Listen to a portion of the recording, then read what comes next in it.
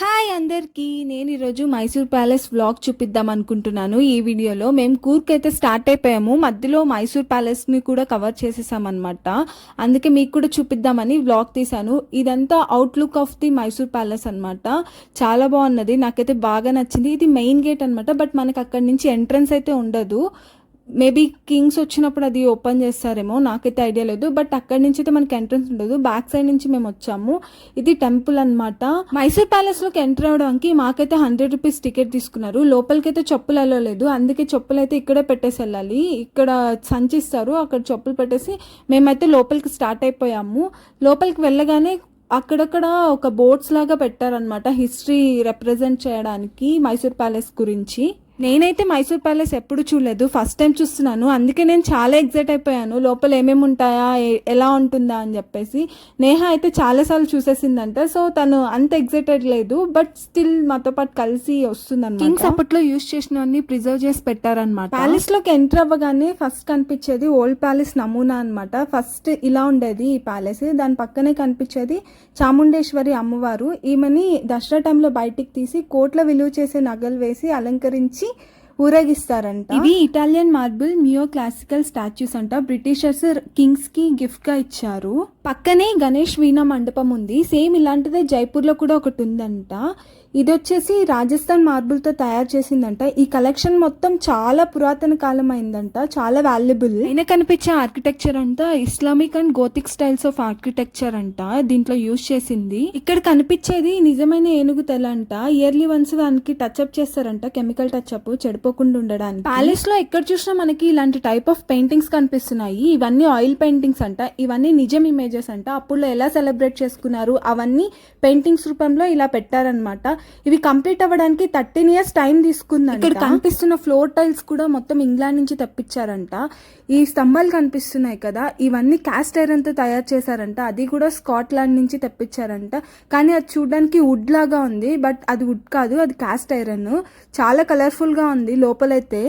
దీనిని ఆక్టోగన్ shaped marriage hall అంటారంట. Palace మొత్తం ఏ గోడ చూసినా పెయింటింగ్స్ కనిపిస్తున్నాయి, అందుకేనేమో 13 years టైం పట్టింది అనుకుంటా. ప్యాలెస్ ని పాలించేది వడియార్ రాజులు, వాళ్ళ ఇమేజెస్ అన్ని ఇక్కడ పెట్టున్నారనమాట. కింగ్స్, వాళ్ళ క్వీన్స్, అందరి ఇమేజెస్ ఇక్కడ పెట్టున్నారు. ఆ పిక్చర్స్ కిందే వాళ్ళు ఎవరు ఏంటి అని పేర్లు కూడా నీట్ గా మెన్షన్ చేస్తున్నారు, అందరికి అర్థం అవ్వాలని చెప్పి. నెక్స్ట్ మెయిన్ పర్సన్ మన రాజమాత కృష్ణరాజ వడియార్ తల్లి అంట. ఈమె అంటే ఈ ప్యాలెస్ ని స్టార్ట్ చేసింది. కృష్ణరాజ వడియార్ కంప్లీట్ చేశారంట ఈ ప్యాలెస్ ని కట్టడం. వాళ్ళ ఫొటోస్ అన్ని నీట్ గా ఒక సైడ్ అరేంజ్ చేసేస్తున్నారు ప్యాలెస్ లో. నెక్స్ట్ ఇక్కడ కనిపిస్తుంది కదా, ఇవన్నీ ఇన్విటేషన్స్ అంట, వేరే కింగ్స్ దగ్గర నుంచి ఈ కింగ్ కి వచ్చినవి. దాని మీద గోల్డెన్ పూత కూడా ఉందంట. ప్యాలెస్ లోపల కొంతవరకే మనం తిరగలుగుతాం అనమాట, మిగతా ప్లేసెస్ అన్ని అలో లేదు, రిస్ట్రిక్ట్ చేసేసారు, అన్ని అడ్డం పెట్టేశారు వెళ్ళనీయకుండా. అదే రిస్ట్రిక్టెడ్ ప్లేస్ అని చూడ మెన్షన్ చేసేసారు. సెక్యూరిటీ కూడా ఉంటుంది అక్కడ. చూస్తుంటే వస్తూనే ఉందన్నమాట, ప్లేస్ చాలా పెద్దగా ఉంది. నేనైతే ఫుల్గా అలసిపోయాను, బట్ అయినా కెమెరా పట్టుకొని తిరిగేస్తున్నాను అటు ఇటు. ఇక్కడ చూడండి, కొమ్ములు ఉన్నాయి, చైర్స్ ఉన్నాయి, మిర్రర్స్ ఉన్నాయి. అన్ని కింగ్స్ యూస్ చేసిన చైర్స్ అన్నిటినీ ప్రిజర్వ్ చేసి పెట్టారనమాట. మిర్రర్స్, చైర్స్ అన్నిటినీ. వచ్చేసాడండి, here come our office Shahrukh Khan. ఎక్కడికి పోయినా సేమ్ పోజ్, మారేది ఉండదు. అలా తిరుగుతూ ప్యాలెస్ లో ఒక ప్లేస్ కి అయితే వచ్చాము. ఇది audience hall, one of the main attractions of Mysore palace అని చెప్పొచ్చు. చాలా కలర్ఫుల్ గా ఉంటుంది. దీంట్లో 42 పిల్లర్స్ ఉన్నాయంట. ఆర్చెస్ ఏమున్నా కూడా చూడడానికి చాలా బాగుంది. అసలు తిరిగేసి ఇంకొక సైడ్కి వచ్చామన్నమాట మైసూర్ ప్యాలెస్ లో. ఇక్కడ కూడా పురాతనమైన వస్తువులను అన్నిటినీ స్టోర్ చేసి పెట్టారు. అవి చాలా దూరం నుంచి చూడాలన్నమాట, దగ్గర నుంచి చూడడానికి అలో ఉండదు. ఇక్కడ కూడా మెయిన్ గా ఏనుగు దంతాలతో ఏమేమో చేసున్నారు, అవన్నీ అట్లే స్టోర్ చేసి పెట్టారు. ఇది గోల్డెన్ హౌడా అనమాట, అంబారీ అని కూడా అంటారు.